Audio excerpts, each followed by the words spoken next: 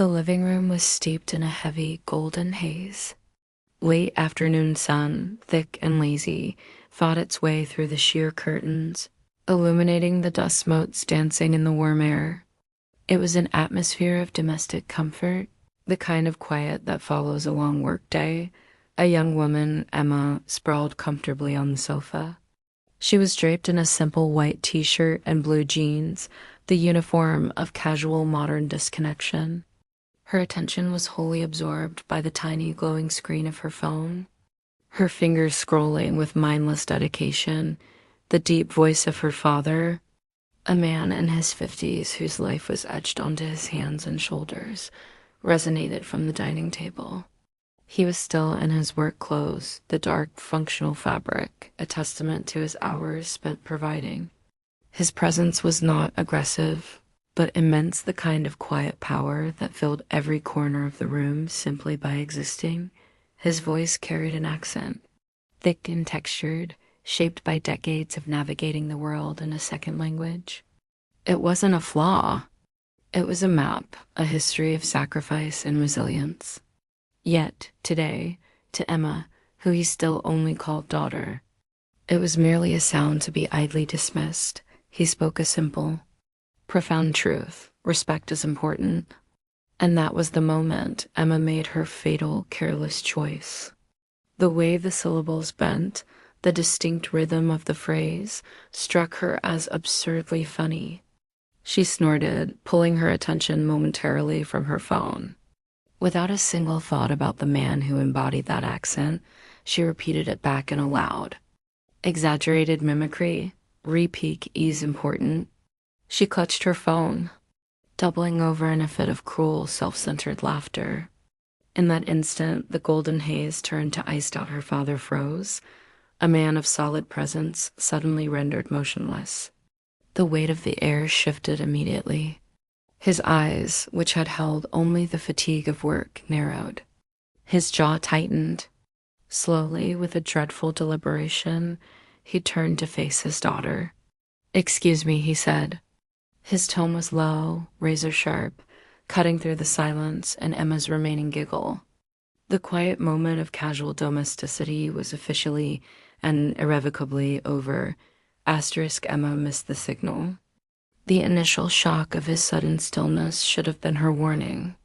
But the laughter still bubbled up, a relentless, childish wave. "Oh, come on, Dad," she said dismissively, waving a hand toward him. "Don't look at me like that.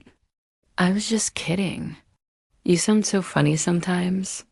She burst into another laugh, a loud, jarring sound that felt profoundly wrong in the sudden silence. Her father's stare did not soften. The hurt in his eyes was deep, immediately eclipsing the anger. He set down the newspaper he had been holding. The paper landing on the table was a small, heavy sound that seemed to punctuate the end of his patience. He walked toward the sofa. His steps were deliberate, measured, marking the slow march from father to disciplinarian. "That is not funny," he said firmly, stopping directly in front of her. "Mocking someone's voice, especially your father's, is disrespect. I will not tolerate it." Emma's shoulders, beneath the thin fabric of her white t-shirt, lifted in an exasperated shrug. She rolled her eyes, leaning back against the sofa cushions, trying to reclaim her casual superiority. "Dad, relax. It's just a joke. People joke about accents all the time." "You are not people," he shot back, his voice rising a fraction, though still controlled. "You are my daughter, and in this house, you will show respect." Emma smirked, the arrogance flaring up again. She tried to brush off his seriousness one last time, to turn the conflict into a tiresome drama she could win with an eye roll. She lifted her chin, her short hair swinging slightly, and repeated the line he had just spoken, dragging out the words in a cruel, mocking rhythm. "In this house, you will show respect." She giggled again. That was the absolute breaking point. His face darkened, the lines of his hard-working face hardening into an implacable mask. "Enough," he barked, the sound of his voice finally filling the room with its full, powerful depth. I warned you once. You chose to ignore it. Emma's laughter faltered, dying abruptly. She sat up straight, the casual sprawl gone. She finally felt the weight of his anger, the profound difference between a tired man and an insulted father. You're seriously mad about this? You're overreacting, she insisted, still clinging to her defense. It's just a few words. Words matter, he interrupted sharply, leaning down slightly. And so does respect. If you cannot understand that with your ears, then perhaps you will understand it another way. Unease, cold and sharp, finally crept into Emma's chest. She had seen that expression before, the look that meant his patience had not just run out. It had been permanently sealed off. He turned and walked toward the small wooden cabinet in the corner of the living room. Every movement was slow, deliberate. He opened the top drawer, and the sound of the sliding wood was a final, damning prelude.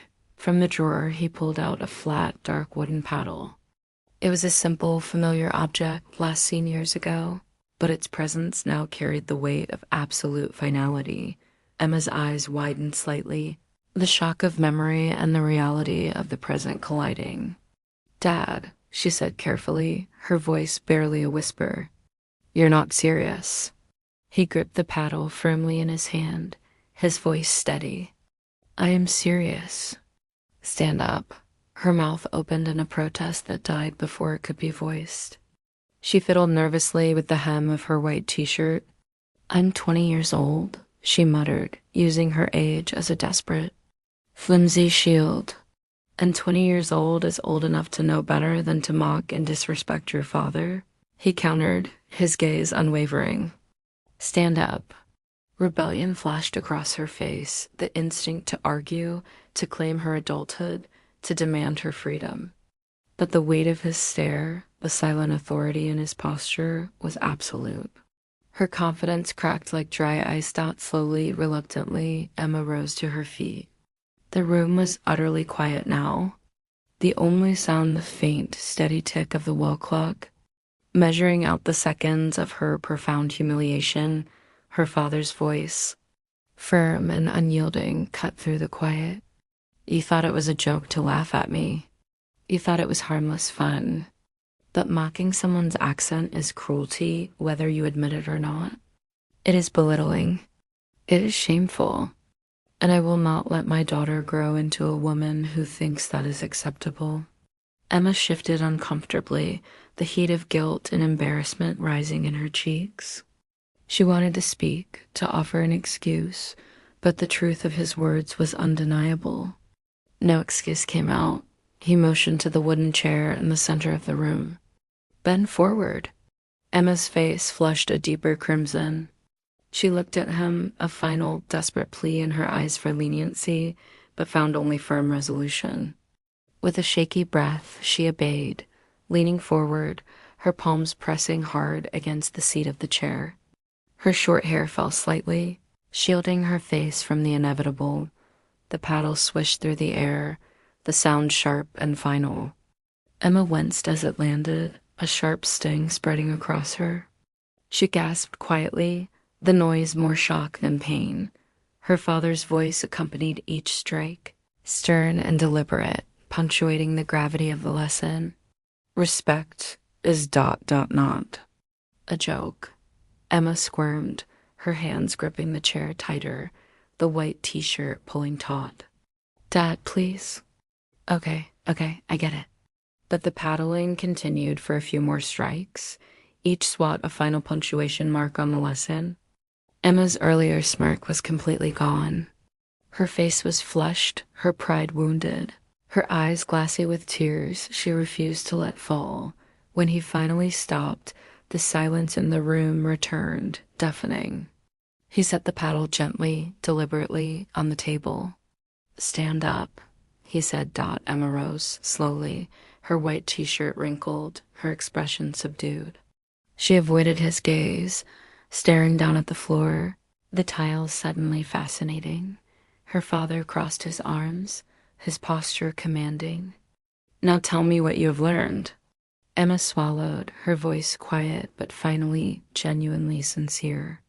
That I shouldn't mock people, that it's disrespectful, even if I think it's just a joke. Her father's tone softened slightly, though his seriousness remained absolute. Exactly. Words have power. They can build people up or tear them down. When you mock, you tear down. And when you mock your father, you dishonor yourself as well. Emma nodded, her throat tight with the effort to hold back her emotions. I'm sorry, she whispered. I didn't think about it that way. I was just being silly. I didn't mean to hurt you. Her father's face softened a little more. He stepped closer, placing a hand gently on her shoulder, the warmth of his touch a final contrast to the sharp cold of the discipline. I know you didn't mean harm, he said, but meaning well does not erase the hurt caused. That is why discipline is necessary to make sure the lesson is not forgotten. Emma blinked back tears, finally lifting her eyes to meet his. I won't do it again. I promise. He studied her face for a moment, recognizing the sincerity in her eyes. Then he nodded. Good, I believe you. Now go sit down. Emma sank back onto the sofa. This time she sat quietly, her arms resting on the cushions. Her phone lay abandoned on the coffee table. She rubbed her arms subconsciously, her posture subdued. Her father sat across from her, his expression calmer now, the tense moment having finally passed. The tension in the room slowly eased, replaced by a quiet, raw acknowledgement of the truth. After a few minutes of settling silence, he spoke again, his voice gentler, the familiar texture of his accent now sounding like a comforting weight.